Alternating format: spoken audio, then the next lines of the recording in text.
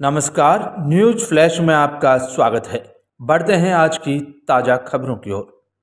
वृंदावन के आनंद धाम के पीठाधीश्वर रितेश्वर महाराज ने बिना नाम लिए कहा है कि तीसरी बार प्रधानमंत्री नरेंद्र मोदी ही पीएम बनेंगे। उन्होंने ये भी कहा कि भाजपा को 400 सीटें नहीं मिलेगी। भीलवाड़ा में 4 दिवसीय कथा से पहले पत्रकारों से बातचीत करते हुए पीठाधीश्वर रितेश्वर महाराज ने कहा कि देश में सनातन और राष्ट्रवाद वाली पार्टी फिर सत्ता में आएगी। साथ ही उन्होंने ये भी कहा कि नेता 400 का दावा कर रहे हैं लेकिन सीटें कम मिलेगी। उन्होंने इसे फंडा भी बताया। अपने आप को मोदी के निकट बताने वाले रितेश्वर महाराज ने एक सवाल के जवाब में कहा कि पीओके में रहने वाले लोगों को समझा बुझा कर भारत में शामिल किया जा सकता है, उन्हें खदेड़ा नहीं जा सकता। यही नहीं, जनसंख्या नियंत्रण को लेकर प्रवीण तोगड़िया के उस बयान पर कि 2 से ज़्यादा बच्चों पर सभी सरकारी सुविधाएं बंद कर दी जाए, इस पर पीठाधीश्वर का कहना था कि ये काम भी समझा बुझा कर किया जा सकता है, जबरदस्ती नहीं। उन्होंने कई और सवालों के भी जवाब दिए और इस सवाल पर सहमत होते हुए कहा कि सनातन वाली पार्टी के दागियों को शामिल करने से बचना चाहिए। उन्होंने सनातन को लेकर कहा कि काशी और मथुरा में भी जल्दी ही कोई फैसला आएगा। इस पर उनका कहना था कि त्वरित न्याय वाली व्यवस्था की आवश्यकता है। पीठाधीश्वर ने कई ज्वलंत मुद्दों पर चर्चा करते हुए कहा कि काशी और मथुरा में भी जल्दी ही फैसला आएगा और त्वरित न्याय वाली व्यवस्था की आवश्यकता है। पीठाधीश्वर ने ज्वलंत मुद्दों पर चर्चा करते हुए कहा कि देश में अब राष्ट्रवाद और सनातन को बढ़ावा देने की जरूरत है। आयोजन समिति के अशोक मुंदड़ा व महेश लड्डा ने बताया कि रविवार को सायंकाल 8 बजे से वर्तमान समय में हिंदू परिवार युवा वर्ग के आचरण और व्यवहार पर सारगर्भित प्रवचन देंगे। भीलवाड़ा में शनिवार से मंगलवार 4 जून 2024 तक विराजमान रहेंगे। सत्संग प्रवचन के कार्यक्रम अमेरिका रिजॉर्ट में है। सभी आत्मीय बंधुओं से भी उन्होंने निवेदन किया कि परिवार और इष्ट मित्रों के साथ आकर संत दर्शन और सत्संग का लाभ उठाएं। भारत एक सनातन संस्कृति और धर्म का देश है। सनातन का अर्थ जो था है और सदा रहेगा। भारत में लोकतंत्र के महापर्व का आज से समापन हो रहा है, पर शायद हो गया हो।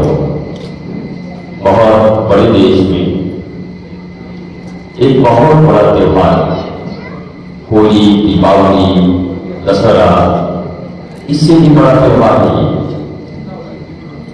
ये लोकतंत्र का महापर्व ये तय करेगा कि होली अच्छे से मनेगी कि नहीं, दीपावली और दशहरा और रक्षाबंधन मनेंगे कि नहीं। इसलिए सबसे बड़ा पर्व है, सबसे बड़ा त्योहार है। यह जागरण 1995 ईस्वी से मैं पूरे भारत में करता रहा, मतदाता जागरण यात्रा के रूप में।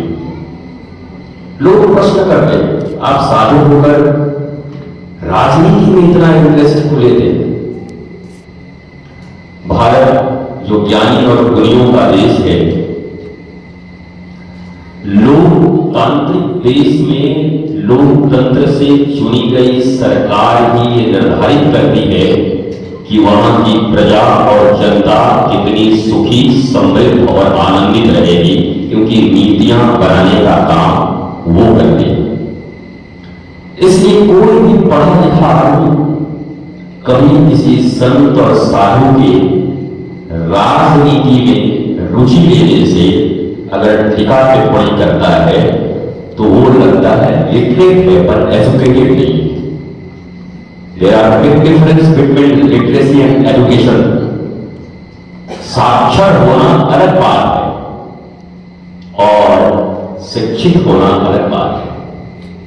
भारत देश सदा से धर्म प्रधान रहा है। भारत आजादी के बाद भी पंथ निरपेक्ष था, धर्मनिरपेक्ष नहीं था। बाद में धर्मनिरपेक्ष हो गया। भारत सदा धर्म सापेक्ष रहा है। धर्म की पुत्री है राजनीति।